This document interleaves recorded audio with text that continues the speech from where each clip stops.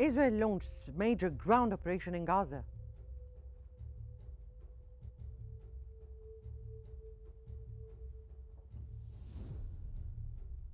U.S. envoy warns of humanitarian crisis in Gaza.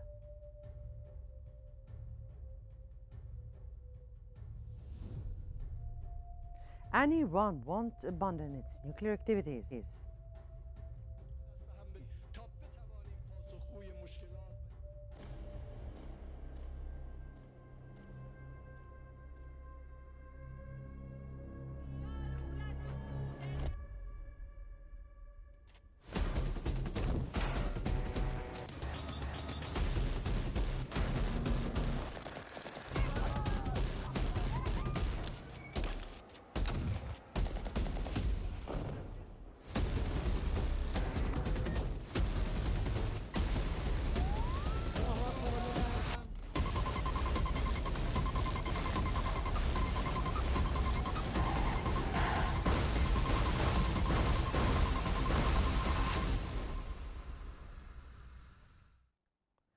The Israeli occupation army has announced the launch of a large-scale ground operation in both the northern and the southern of the Gaza Strip. The Israeli occupation army stated that over the past day, regular and reserve forces began a wide-ranging ground operation across northern and southern Gaza as part of the launch of Operations Gideon Shiryat.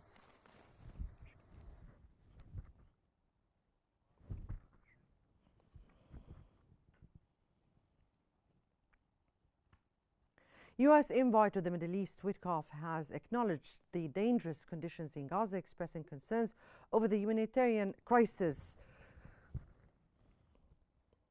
He highlighted logistical challenges in delivering aid, including the safe entry of trucks and setting up aid stations. Witkoff also noted Israel's plans to allow more aid trucks into Gaza despite ongoing risks from unexploded shells.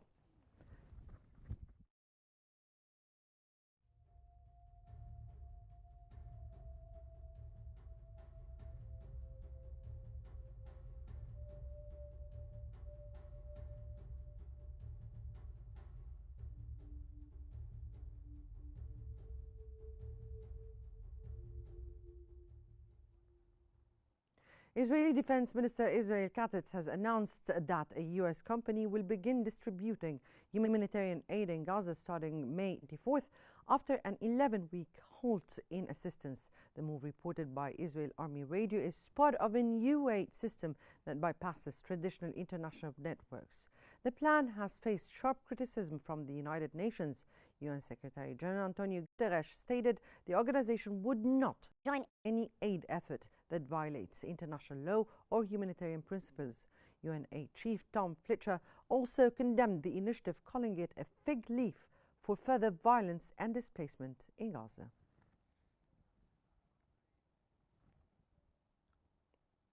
UNICEF has condemned the escalating suffering of children in Gaza, citing the ongoing blockade that has blocked essential humanitarian aid, including food and medicines.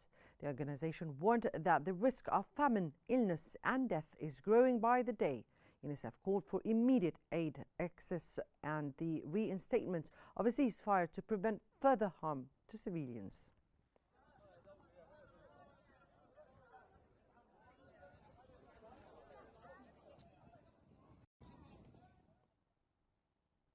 The UN World Food Programme has issued a stark warning about the risk of famine in Gaza, where over 500,000 people face starvation.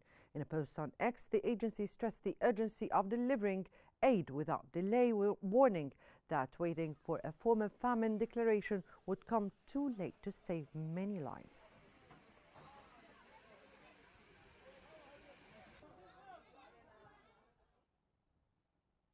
For more analysis, we now move to Salma in our news desk. Thank you, Mona. And for further analysis, we're joined from Cairo by Al Ahram newspaper managing editor Ashraf Al Asri. Mr. Ashraf, thank you so much for joining us. And first off, what measures can be taken to force Israel to agree to a ceasefire in the Gaza Strip?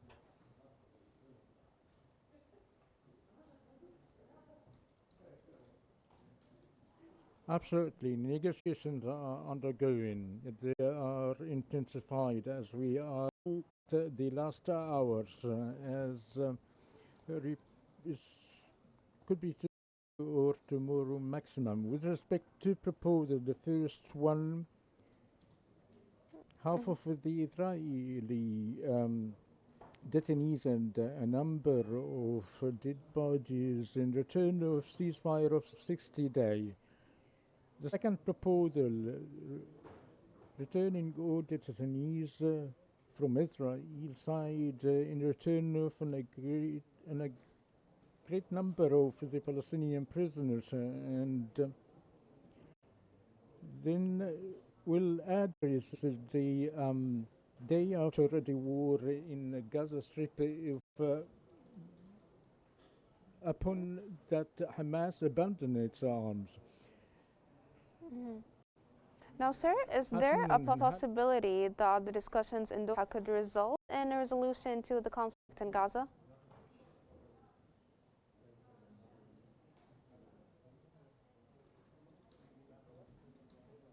All the news coming from Doha, and even the Israeli media, stated that there is a greater progress of negotiation in Doha, and Israel would accept either of the two proposals. Hamas and to accept the Israeli or the proposal regarding the detainees or abandon its arms, and before guarantees to Hamas that to have a ceasefire and then accepting a truce. And what are your thoughts on Israel's recent declaration of a new ground military operation in Gaza at this particular timing?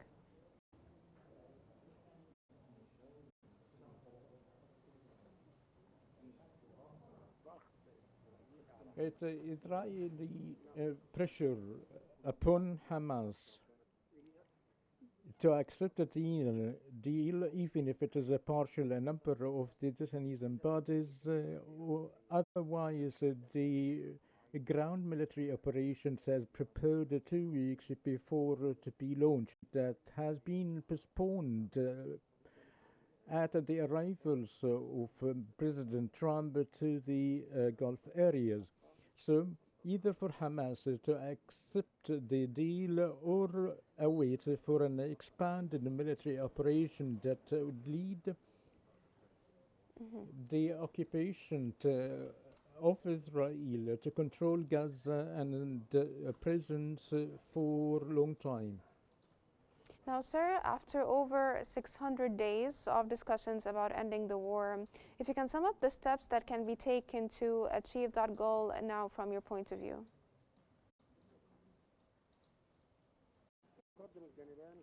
Both sides, Hamas and Israel, to provide flexibility in negotiations, and from the American side to provide guarantees for both sides. So Israel to end the military actions against Palestine, and Hamas abandoned its arms to disappear from the landscapes. Regarding the international community, what has prevented the international community from taking significant action to pressure Israel up to this point?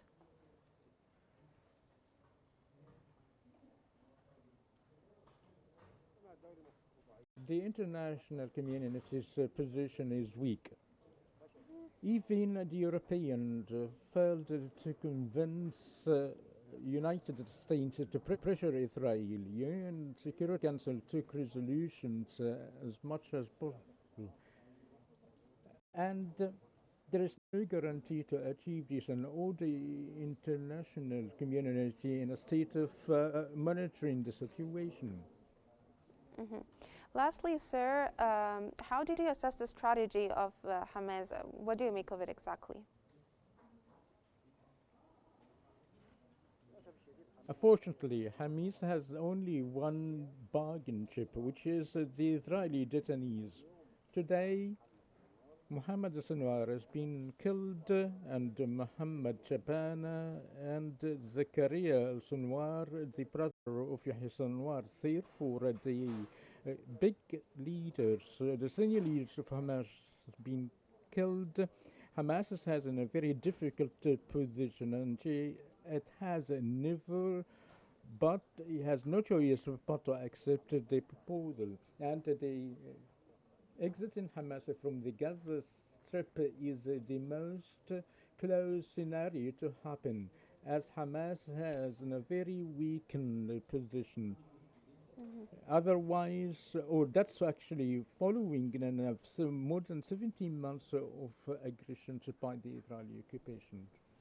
From Cairo, that was Al Ahram newspaper managing editor Ashraf Al Asri. Thank you so much for joining us here on Qnews. And now we go back to Mona in our studio.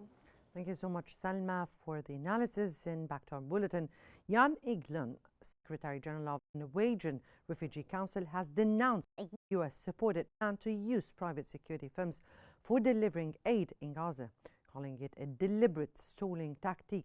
Egeland said on X that Israel has provided no evidence of major flows in the previous aid system.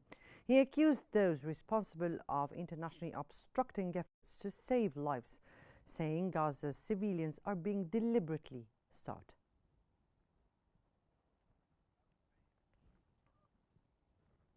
British newspaper The Times has revealed a leaked map showing an Israeli plan to divide the Gaza Strip into 3 civilian zones surrounded by 4 military zones as part of what is known as Phase 3 full control over Gaza. The plan aims to impose strict restrictions on civilian movement between these zones, with movement prohibited without permission from Israeli authorities. Security measures such as identification cards or QR codes on goods would also be enforced.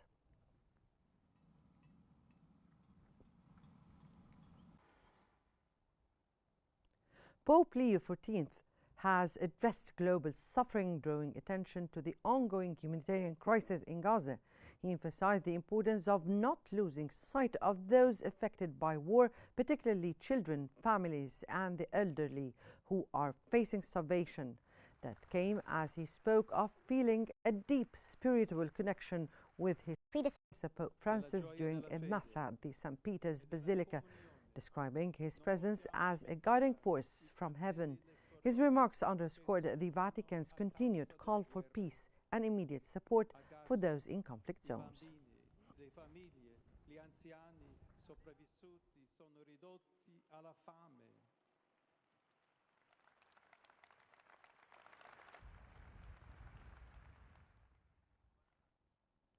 The Gaza Health Ministry has announced that all hospitals in northern Gaza are out of service due to intensified Israeli military operations.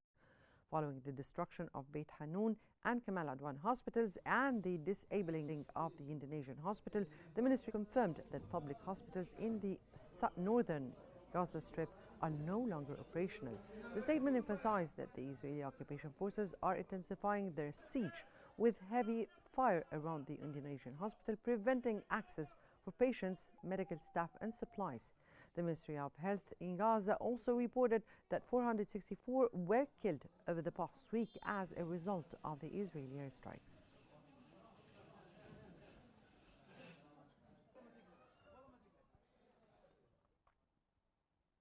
The Israeli occupation military has surrounded the Indonesian hospital in Beit Lahia near northern Gaza and has fired live bullets at anyone near the facility. Israeli drones also targeted the hospital's intensive care unit, wounding a patient nearby. Conditions are similarly dire at Al-Auda Hospital in Tel El-Zatar, east of Jabalia refugee camp, where reports indicate the situation mirrors that of the Indonesian hospital. Earlier this week, the World Health Organization reported that over 10,000 patients in Gaza, including at least 4,500 children, urgently need medical evacuation.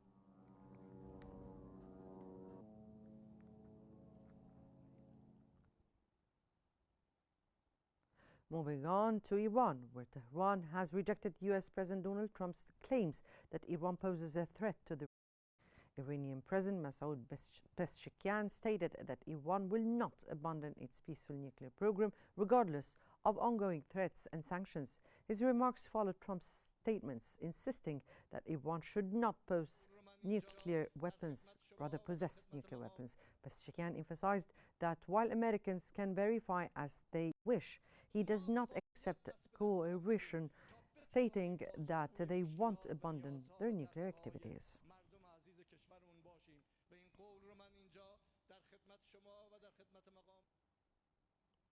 Iranian Foreign Minister Abbas Araghchi has said U.S. envoy Steve Witkoff is out of touch with the reality of nuclear negotiations. This came after Witkoff said the uranium enrichment is a red line for Washington.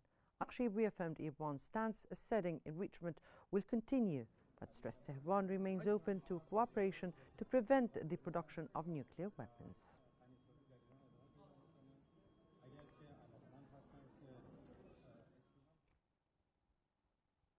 And to Lebanon. In Beirut, Lebanon's presidency office has denied that President Joseph Aoun had any prior knowledge of connection to Sheikh Muwaffaq Tarif, a Druze spiritual leader from Israel. Lebanon's presidency denied that President Aoun knew or had any prior connection to Sheikh Muwaffaq Tarif, a Druze leader from Israel, after a photo of them shaking hands circulated in Israeli media. The presidency clarified that the encounter occurred during Pope Leo XIV's Mass at St. Peter's Square when a Druze cleric approached Aoun, who did not recognize him. The statement accused Israeli media of spreading the photo with a misleading caption for suspicious purposes and emphasized that such portrayals do not reflect Lebanon's official stance or President Aoun's views.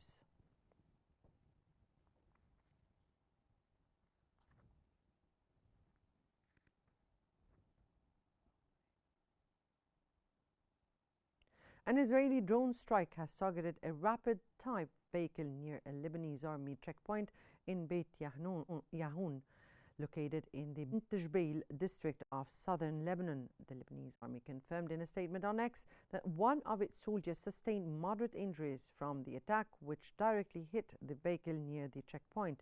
The Lebanese Health Ministry reported that the strike injured 2 individuals, including the army soldier.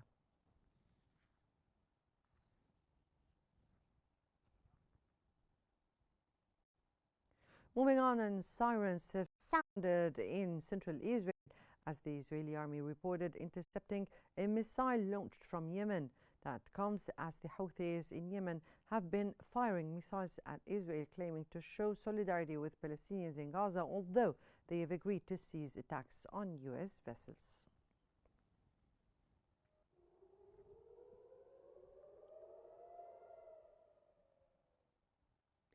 Yemen's Houthis have announced they targeted Ben Gurion airport with 2 ballistic missiles. Earlier, the Israeli military intercepted a missile from Yemen, triggering sirens in multiple locations. In retaliation, Israel has conducted strikes, including one that damaged Yemen's main airport and resulted in casualties.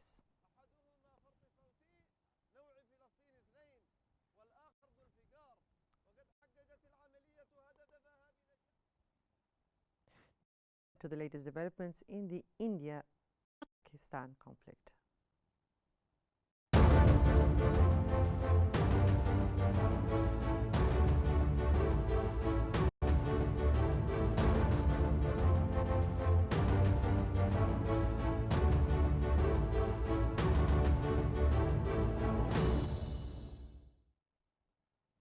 Moving on to India, where at least 17 people, including 8 children under the age of 5, have died in a fire that broke out in a building in Hyderabad. The blaze, reportedly caused by a short circuit, began on the ground floor and quickly spread to upper levels of the structure. India's Mines Minister J. Kishan Reddy said preliminary investigations suggested an electrical short circuit was the likely cause of the fire.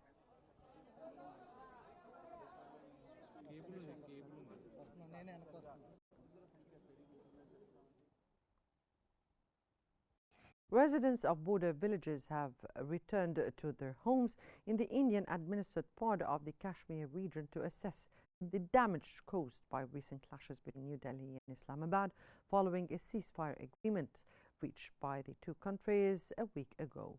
The town of Pahalgam, which is usually crowded with visitors at the beginning of May, is now completely deserted. All shops have been closed and tourist attractions within a 30 kilometers radius of the attack site have been shut down to both visitors and residents alike.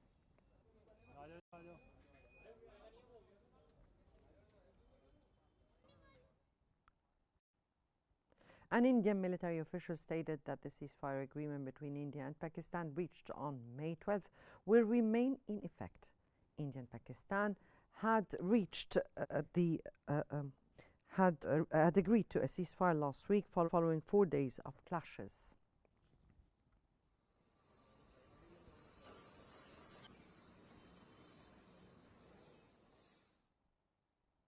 And to the latest developments in the Russia-Ukraine conflict.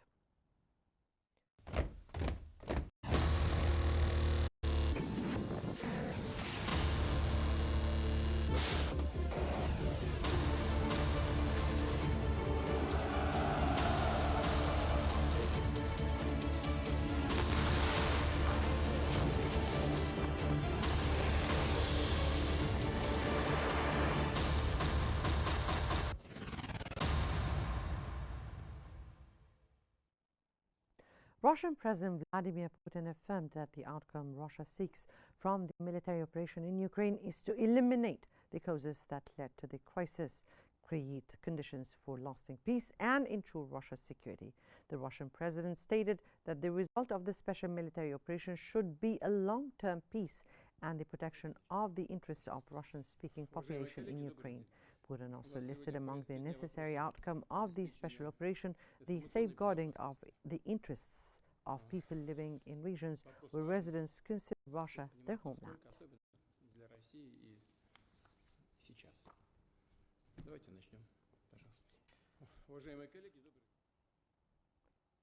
Ukrainian Air Force announced that Russia carried out attacks on Ukraine using 273 explosive drones and other deceptive models overnight. Of these, 88 drones were intercepted. Ukrainian authorities stated in the early hours of today that the ongoing Russian drone assault resulted in the death of a woman in the Kiev region and injured at least 3 people, including a child.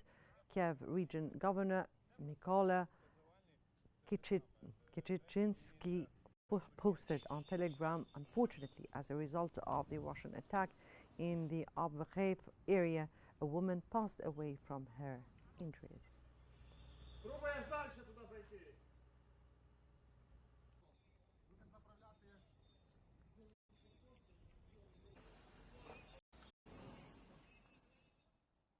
The Russian Ministry of Defense stated that Russian forces have taken control of the village of Batyr in the Donetsk region of eastern Ukraine. Russian news agency TASS quoted the ministry as saying that the forces also downed 75 drones in the past 24 hours.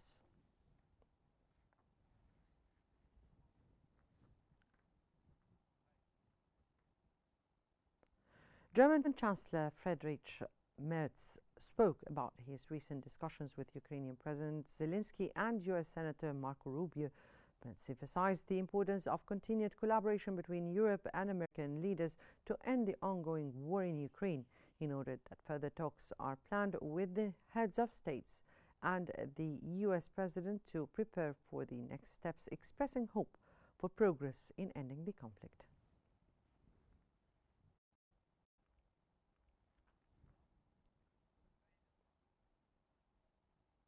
U.S. President Donald Trump has announced he will speak with Russian President Vladimir Putin on Monday to discuss efforts to end the conflict in Ukraine. The call is scheduled for Monday at 10 a.m. Eastern or 1400 GMT. This follows recent face-to-face talks between Russia and Ukraine in Istanbul. Trump is expected to also contact NATO members after that.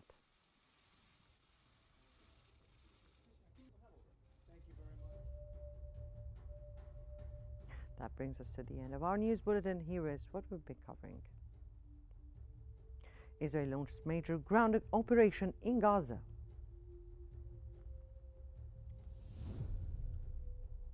U.S. envoy warns of humanitarian crisis in Gaza.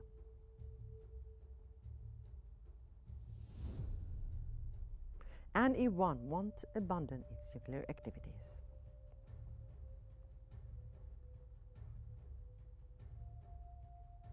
This concludes our bulletin for the hour. Don't forget to follow Qnews on YouTube, Facebook, X, Instagram, and TikTok at Qnews EGY to stay informed. Many thanks for watching.